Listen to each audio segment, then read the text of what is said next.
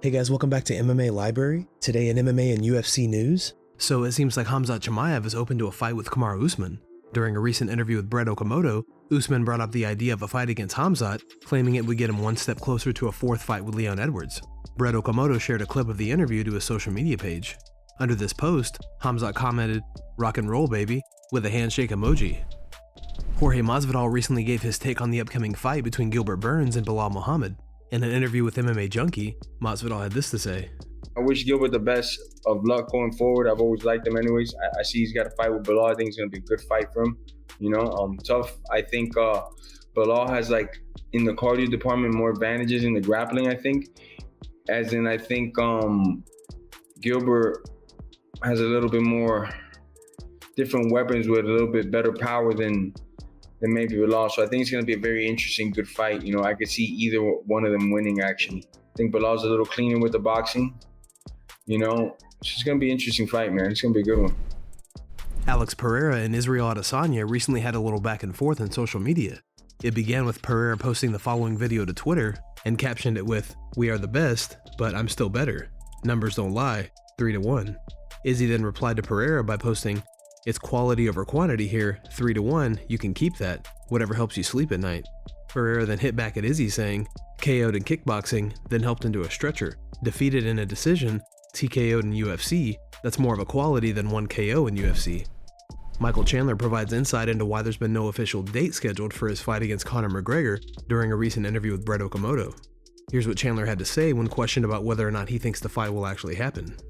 That's a thought that you have with every single fight camp leading up to stepping into the actual octagon and the cage door closing. But of course, when it comes to Conor and what he's doing, whether he's one of the only guys that we've seen in this sport who really doesn't have to keep fighting. When it comes to hey, this guy doesn't need to keep fighting. He's got enough money. He's got enough fame. He's got enough whatever. So of course there's that extra caveat, but I think, and I've said this in the past, I think Conor to his core really is romantic about the combat sports or the sport of mixed martial arts. He really is. He loves it.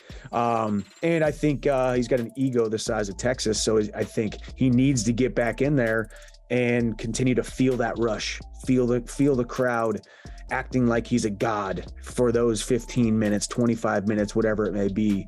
So I think he's coming back. It sure would be a huge stain on his legacy, leading everybody down a road, making people think that he's coming back and then kind of chickening out at the very end and only doing it for the publicity. That to me screams insecurity and trying to stay relevant rather than seeing through your commitment. Ali Abdelaziz explains why Islam Makhachev won't be having a rematch against Alexander Volkanovski anytime soon. First, Ali went off on a rant surrounding the IV accusations against Makhachev. I respect Alexander, but it seemed like he's a great guy, and I know one of his co-managers, Ash, really good guy too. But everybody in his team, make Alexander look bad by talking and making accusation and making this about the IV things. IV is prove it, because in the way you shouldn't talk like that, because if you don't have proof, if you don't have nothing, in reality, and I got this from the UFC.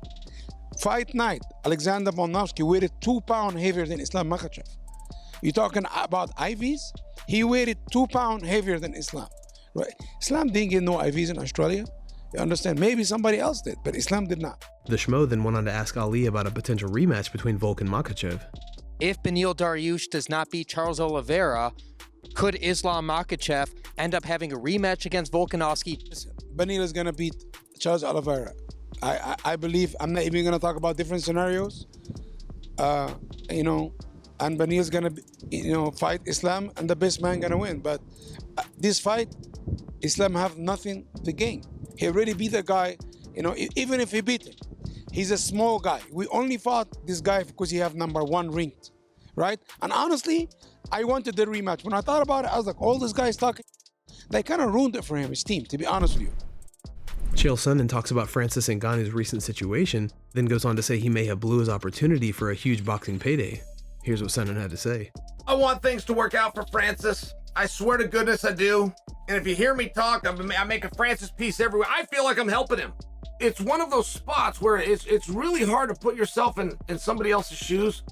And it would just seem as though all leverage would be gone for Francis. I don't know where else to fight. I don't remember, top of my head, I don't remember Scott Coker saying I'm out. I don't remember Kogan ever saying I'm out. Now, Mike Kogan did just tweet over the weekend, big news coming. That could mean absolutely anything. But I don't remember Bellator officially saying we're done. I do remember the UFC saying it.